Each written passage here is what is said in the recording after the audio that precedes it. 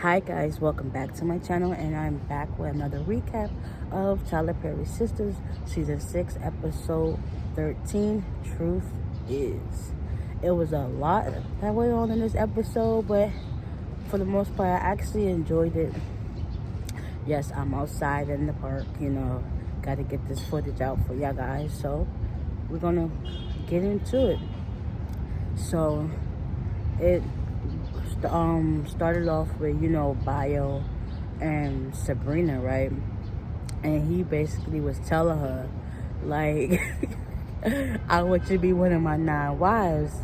And when she heard wives, she's like, oh, this gotta be a joke. This gotta be no joke. I'm not marrying you.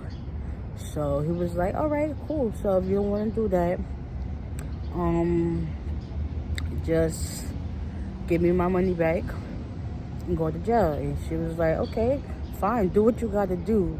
And he was like, oh, so you really want to just go to jail? He was like, all right, I'm about to call them right now. So he got on the phone, supposedly with his mom, and told the story like, listen, she was don't kill the goat. She said she's not gonna marry me, and she don't want to be one of my 9 wives, that she had childbearing hips, and it just made her feel uncomfortable and uneasy. And she was like, listen, I'm not marrying you because I don't know you. I don't know you. She kept saying that, but at the same time, you barely knew this man, but you still asked him for the money. So y'all basically knew each other for about, I would say, 2 weeks. Like, how does that make sense? Like, you took his money and you thought there was nothing in return. Like, where does that happen at? In fairy tale land. This ain't fairy tale, this is reality. Like, who in their right mind you, regardless if they wealthy or middle class, is going to give up that kind of money? People barely want to give up $1. Like, and she thought there was going to be no consequences. So I guess she went off to go to get some water, whatever, to clear her head a little bit. But then he got off the phone and he was like, so I got off with my mom. She said that she was going to kill the goat for you. And within that split second, he read her like a book, like, for real. He said, listen, I don't like your friend for all reasons. Like, doesn't have nothing to do with his sexuality. I just don't like him. And she was just like, he was like, I'm not into that polygamy relationship. I don't have 9 wives. I don't have this. I don't have this. He was like, but you know what? Y'all better show up at that court date so I can get my money back. Like, he literally flipped the script on her, and she was just stuck flabbergasted. Like, he left after she told him to leave, and she was like, oh my God, I just got read. Yes, it was a lot. I was just like, what in the world? Because at first I was kind of like skeptical and like kind of scared for Sabrina. Like, she about to lose her life to marry this man, and it's just like, what in the world? So I guess he got caught on to her behavior and how things was going and stuff like that. So it's just like, now you got to give this man back his money. And it's not a little bit of money, it's a lot of money. Like, you indebted to that man for like forever till you could pay that back, because you know it's gonna be hard. She ain't got a job now. So yeah, moving right along, I think the head prosecutor and Logan, the prosecutor, he was on to, he was like, listen, nah. So they brought Quincy in, Q, and he basically told them, the prosecutor basically told Q that, listen, I know that Maurice Webb and Sabrina didn't do this. Like, it's not making sense and stuff like that. So Q was still trying to plead his case. Like, yes, they did do it and stuff like that. But the guy done looked at the footage and he seen like, yeah, it ain't adding up. So he basically said, you going to jail. And Logan got him out of there. And he basically told, the prosecutor basically told Logan, like, listen, you were doing all this just so you can get the promotion. Like, I understand what you did with the girls and the trafficking. He was like, yeah, I was all about that. I don't think he was probably just doing it just so he could come up. And now that he got caught in a web of lies, it's folding. So now basically that's good in a way, because it's like, it's like it answered her prayers because they thought they was going to go to jail. At the same time, now they're about to get off. So Logan is back to square one, and he got to figure out a way to get promoted. Because if that prosecutor would have prosecuted it, they basically would have sent 2 innocent people to jail. And you know it's kind of hard to clear somebody's name when they know that they're innocent. But yeah. So now Logan is upset, and he needs to leave Sabrina and Maurice alone and let them get back to their lives so they can get their job back. Like, come on now.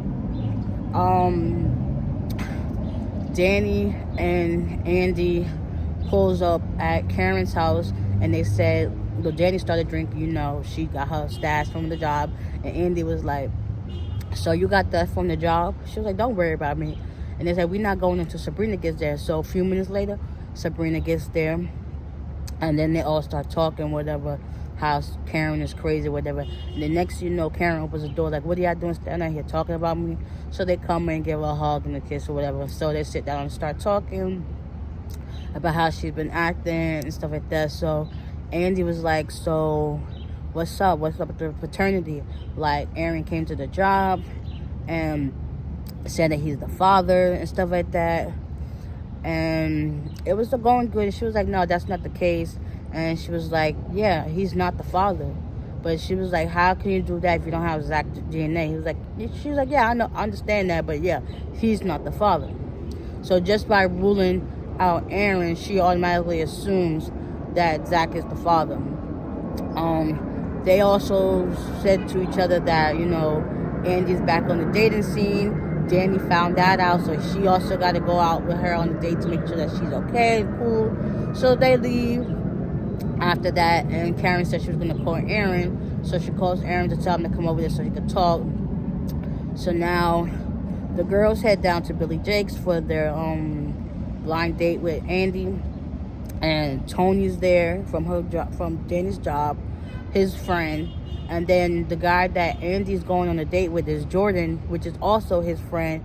So they were part of the divorcee club, and they was all about, like, you know, that thing. So Jordan is talking to Andy. He used to be a pro football player, but things went left once he had got married. So that was that. So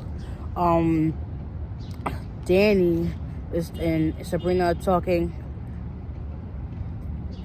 Danny and Sabrina are talking at the table or at the bar, and them two, Tony and his friend approached them, and they're still trying to talk. He was like, "Oh, you must be Sabrina."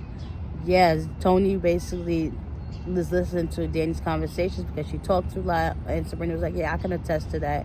And she was like, So basically, they was trying to get the girls to go to a quiet section. But they was like, nah, as long as we're still close to where Andy is. But they kept trying to reassure the girls that she's in good hands. Like, she's good. She grown, she can hand home. But anyways, they wasn't trying to go for that. So that was that. Moving right along, Fatima and Zach, they head to Heather's place. They're greeted with that nosy neighbor who basically is like telling them, giving them the 401. And she was like, so what's with child welfare? They was like, listen, I called them. They're supposed to come here tomorrow to check out the scene or whatever. And he's upstairs with that guy.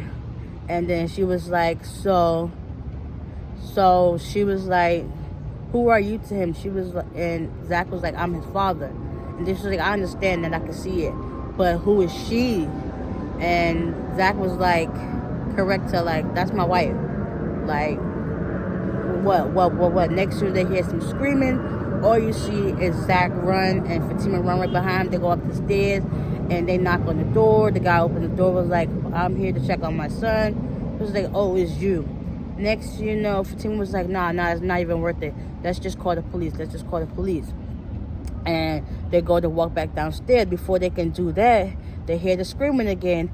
All you see is Zach bum rush the door and end up punching the guy in his face, like left and right. And it's just like, oh my God, he cannot take it anymore. He was just like at his wits' end with the guy, especially from the last time, which is in their case has only been a day, but it felt like forever for us. But yeah, and he just couldn't take it anymore. He just couldn't take it anymore. Wow. I'm just like, whew. So, Aaron finally shows up at Karen's place, and Aaron is like, I know I'm the father. I just want to be here for you to take care of the baby. She was like, you're not the father. So she was like, you saw the results? She was like, so somebody at the hospital showed you test? She was like, no, nobody did. Like, I just know. I have an inclination that it's this. She's like, so you saw the results? So she has the results on the table, and she opens it, pulls it out, and he reads it. She was like, you see this part right here? He said 99.9%. And it says, you're not the father. So he was like, oh my God, I just saw that part, and I automatically assumed that that's what it was. And she was just like, no, sweetheart, that's not the case. So he was like, oh, he felt so hurt. I felt hurt for him too, because everybody and their mama wanted Aaron to be the daddy. So they're thinking that there's somebody else, because if he's canceled out, you don't even have Zach DNA. So, like, yeah. So that was that. And she basically told him, like, listen, I don't want to be with you no more. And he was like, you really sure this time? Because y'all remember when she broke up with Zach, and he got her in the store, and he saw how she was then, and that's how she is now. Like, why you didn't pick up on that, Aaron? You could have just left that girl alone. She was crazy then. She's still crazy now. Baby or not. So, they said their little goodbyes or whatever. They gave each other a long hug. He was about to kiss her. She was like, no, bye, Aaron. And he left. You could see he was so heartbroken. It was just like, oh. But it is what it is. On to the next one. So, yeah. I think that's all that really happened in this episode. Hopefully, I'm not forgetting nothing. I'm not. But anyways, if I am, y'all let me know in the comment section down below. And y'all tune into next week's episode. It's about to get crazier. And with that being said, I'll see y'all the next one. Bye.